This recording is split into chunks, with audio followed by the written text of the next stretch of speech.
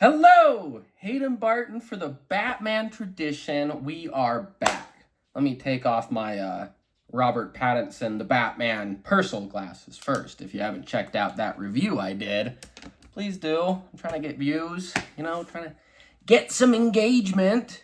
But we are back because we finally got some Matt Reeves content after years. Well, first we actually heard today, as of today, that the script is finally finished. Thank God, because the stress, rumors, cancellations, not cancellations, theories, all that, it's good to know he's done with the script and we're going to get going on that. But as most of you know who are into this world, this fandom, and particularly Matt Reeves' world and Pattinson's, the first episode of The Penguin is finally out. Old Ozzy, Oswald Cobblepot, the Penguin, old Ozcobb is apparently, we found out Oswald Cobb is his name in this universe.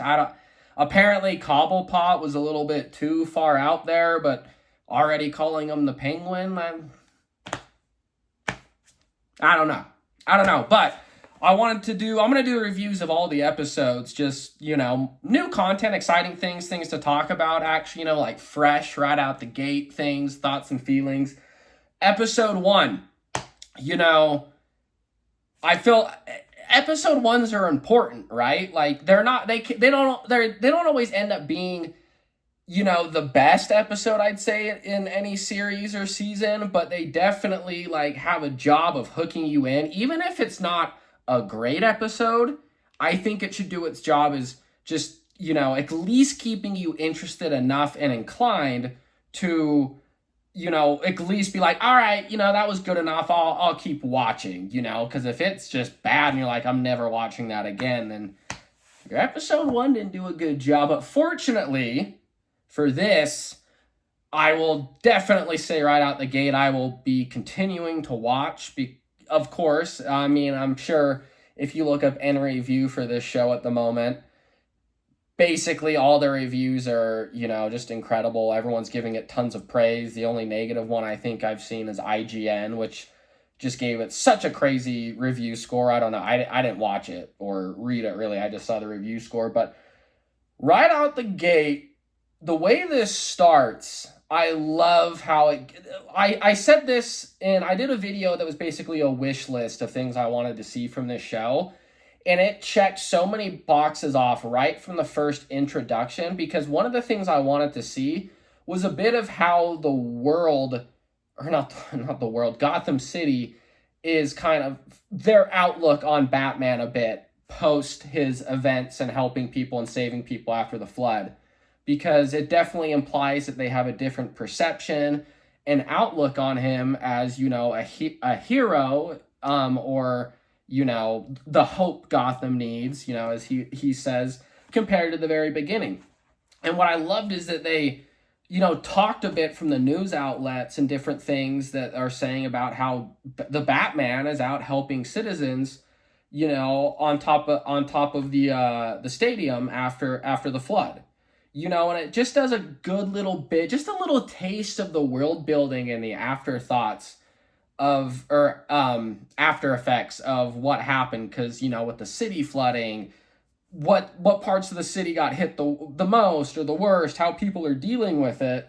And, it does a good little taste just to kind of show you, you get to see a Riddler follower with the QR code, which people have already figured out. If you scan the QR code, it takes you to the Rada Alada website. That has been something I really love that they've been keeping going with little tidbits. No one really knows what's going on with it, but it's like Riddler giving messages, or supposedly Riddler, which you would think from from inside Arkham or something like that, but it just gives you a cool little glimpse, right? But in the first, I kept hearing that people were always very emphasizing the first 10 minutes is what I kept saying. Everyone was saying the first 10 minutes got me hooked. The first 10 minutes let me know that this show was going to be awesome. So leading up, I didn't know, are we going to get a crazy chase, action sequence, chaos? What is this 10 minutes going to be? And I love, well, my hair got freaked out there for a second. I loved these 10, what they're talking about. I'm going to kind of go into, I guess, some spoilers a little bit, but for those who know, in the first 10 minutes, it's not that it takes off quick by any means, but by the end, you kind of have the same feeling the Penguin has by the time that title card sequence hit where it says the Penguin, because the Penguin makes a decision that really is an oh shit moment as it applies. Like in the heat of it, it's something that he probably wasn't thinking of because he acted kind of out of emotion, but when you see his face and when he finally drops the first half an F-bomb of the episode, you're like, oh, that's what they meant. Because he okay, well, I'll just say it. Carmine Falcone is Gonzo, as we know. Little did I know in the first 10 minutes, Falcone's son is also Gonzo. Because the Penguin does not like getting talked shit about. He doesn't like being laughed about, as you can kind of tell from the indication when Carmine called him a gimp and kind of a loser, and Penguin was ready to spray paint his ass right there, as he says. He don't like it, and believe me, Penguin pulled out 6 guns full of holy shit your pants and just absolutely massacred Carmine Falcone's kid.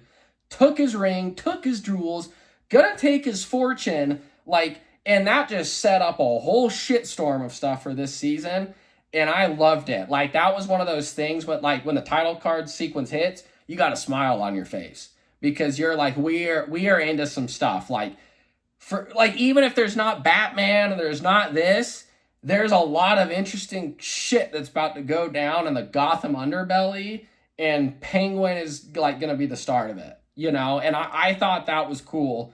And I was pretty surprised quickly after that how fast they introduced what seems to be a very prevalent character in this first season. We'll see about the next, but in Vic.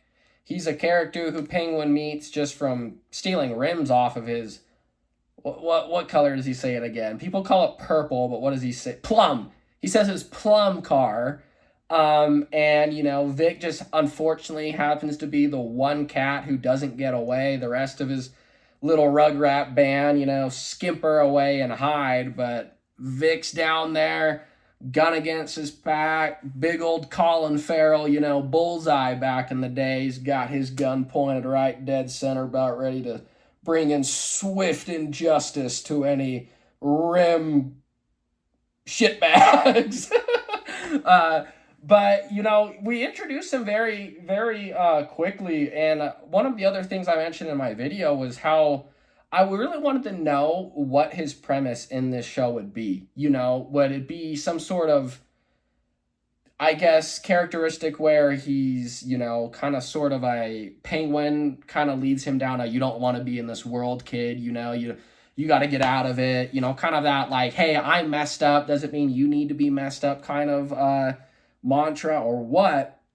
But very quickly, that's not the case. I was very intrigued when it was kind of like Penguin was basically implied hey, you work with me now, I have your ID, which reminded me of Joker's favor in the animated series when he takes oh my gosh, I can't remember his name, the dude in his ID and keeps tabs on him and everything.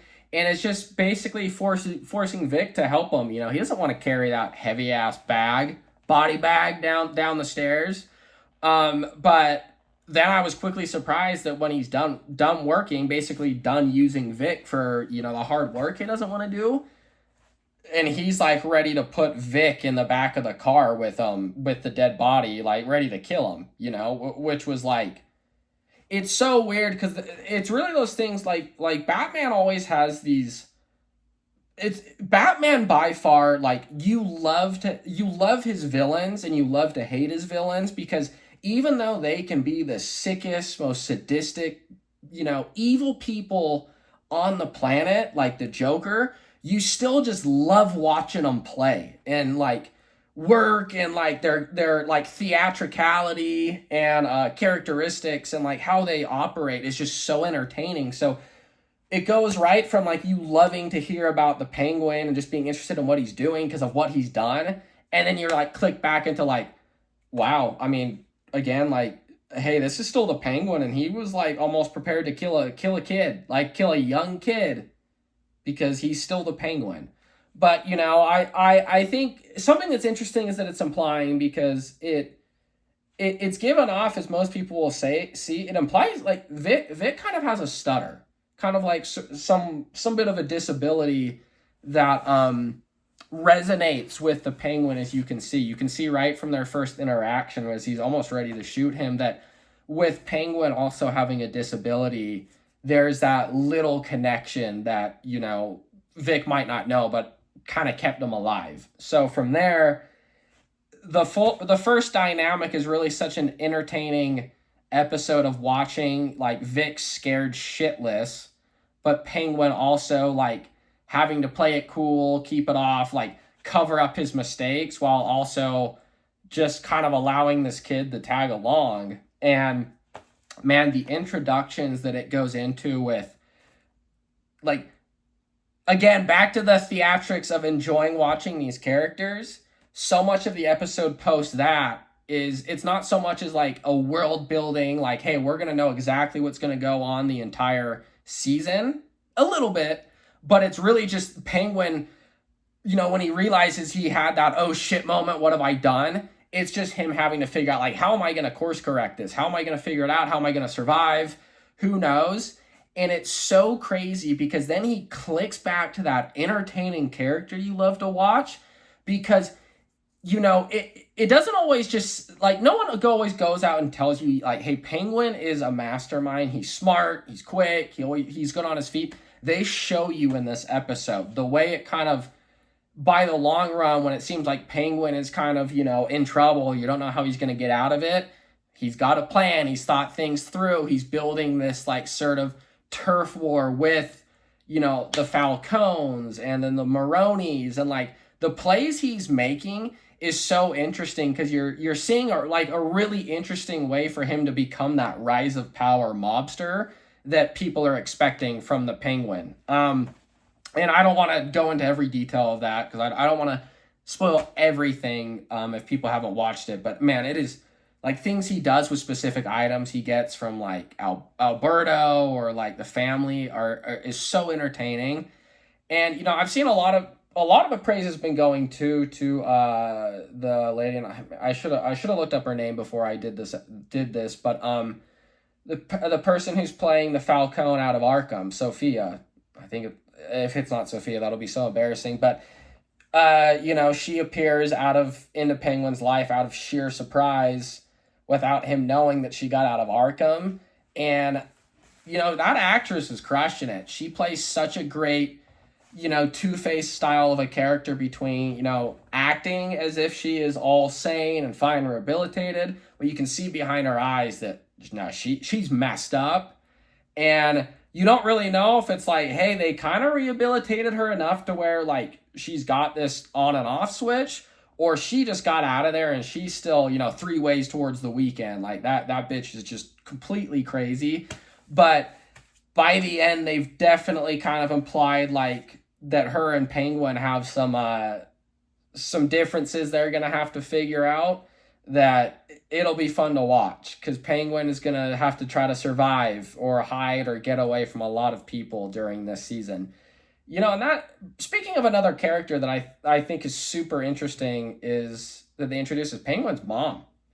And it was such an interesting but cool choice, I think, because when they first introduced Penguin's mom, you see a softer side of Penguin when he's going to her and he's trying to get her out of the city. Like, he's as ruthless as he is, he, like everyone, he's got like his mom and he's trying to take care of her and get her out of the city, and he's worried about her.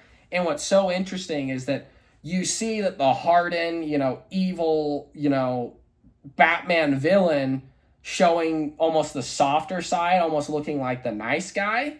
And you see the person you'd expect to be the sweetheart, nice, innocent mom actually turn into that evil, sadistic style influence on him, because she's in there basically snapping him out of it. Like, it's not like a, oh, like, I can't believe you've done this. What have you done? Well, I don't know what I'm going to do. Like, what did you, my son, what did you do? My baby boy, what did you do? You know, type of a thing. But that was like the worst Mario Italian, whatever that was. But we're not cutting anything out of this. But she snaps him out of it and is like, hey, like, tough shit.